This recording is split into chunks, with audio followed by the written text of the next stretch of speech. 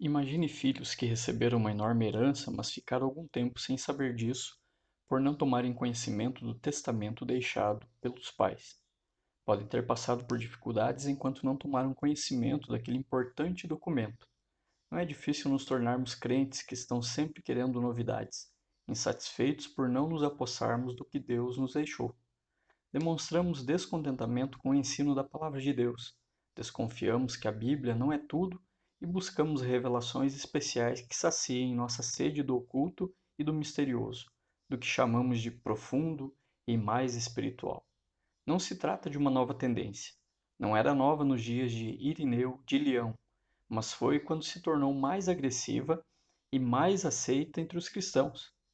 Por isso, esse líder da igreja falou corajosamente contra as heresias em geral e contra esse tipo de espiritualidade em particular.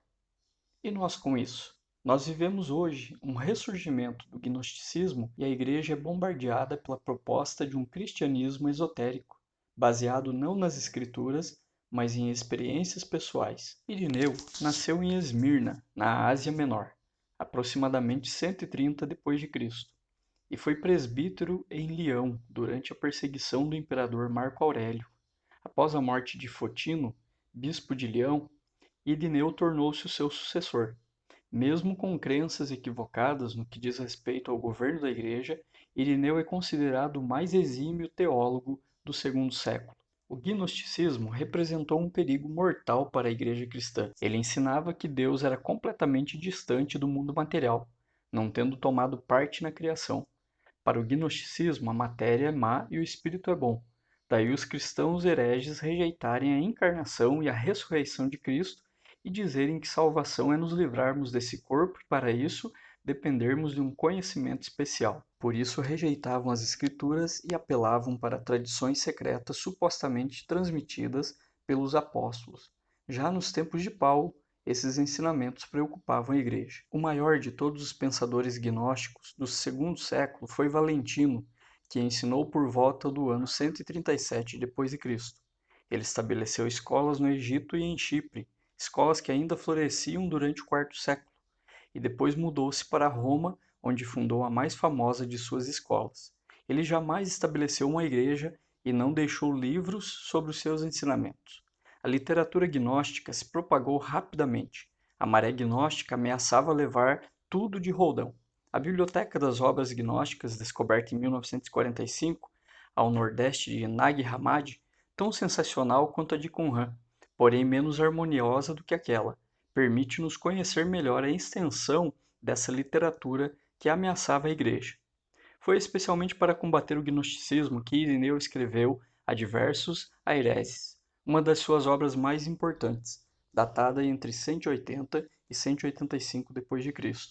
Utilizando com precisão argumentos da razão, Irineu foi capaz de desmascarar os sistemas gnósticos valentinianos, refutando-os com muita firmeza. É um livro fundamental na história da Igreja. Irineu não escreveu Adversus Aereses para arrasar os heréticos, mas a fim de que eles abandonassem seus erros e se convertessem a Jesus.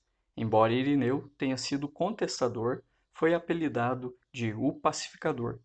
Os mestres gnósticos ensinavam que Jesus lhes passara informações secretas nos 40 dias após a ressurreição, quando permaneceu ao lado dos discípulos. Esse corpo de doutrinas, dizia, havia sido preservado pela filosofia e pela teologia dos gnósticos.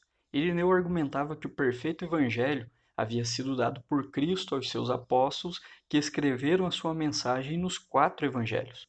Como os outros momentos de crise do povo de Deus, antes e depois, Irineu pregava o retorno às Escrituras. Irineu descreveu os diferentes sistemas gnósticos em detalhes e procurou expor a natureza absurda de muitas de suas crenças. Como ele mesmo disse, meramente descrever tais doutrinas é refutá-las.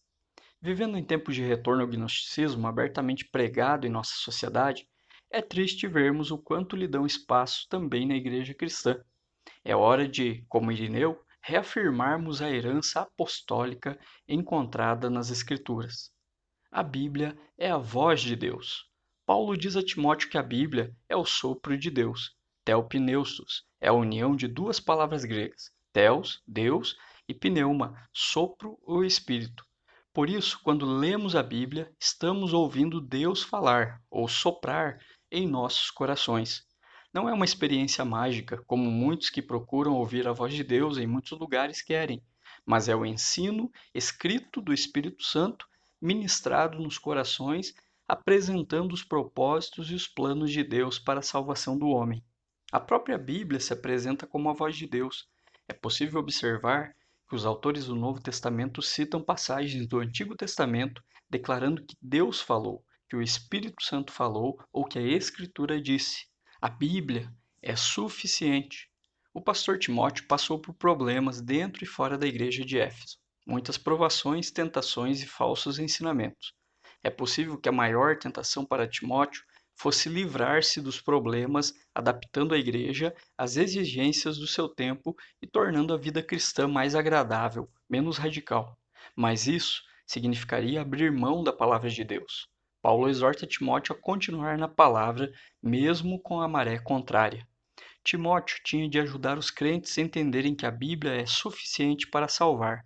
Não há nada fora da Bíblia que nos ensine o modo correto de adorar e viver para Deus. Além disso, toda correção, repreensão e instrução que saem da Bíblia são suficientes para o crente. Não é preciso uma nova experiência sobrenatural, nem de alguém que se diz mais iluminado para dizer o que se deve ou não fazer.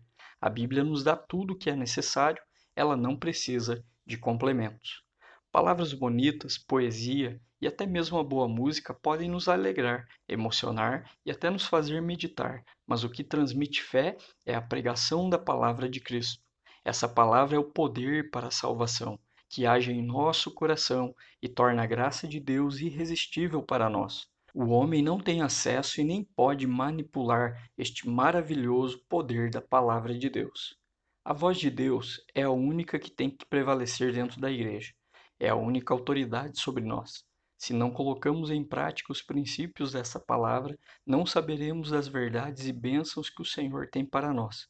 Seremos filhos que andam em estado de miséria e ainda não perceberam a herança que têm, nem sequer saberemos o que estamos perdendo. Outros estão falhando também porque dão ouvidos a outras vozes que propõem um conforto passageiro, cheio de superstições e misticismos. Procuram uma segunda bênção porque não estão contentes com a primeira e assim acabam se transformando em escravos de si mesmos, de suas experiências e de ideias meramente humanas. O crente com os pés firmados na palavra de Deus não precisa de nenhum algo mais, além do que está na Bíblia para crescer ou conquistar seus sonhos, pois ele vive de acordo com a vontade de Deus.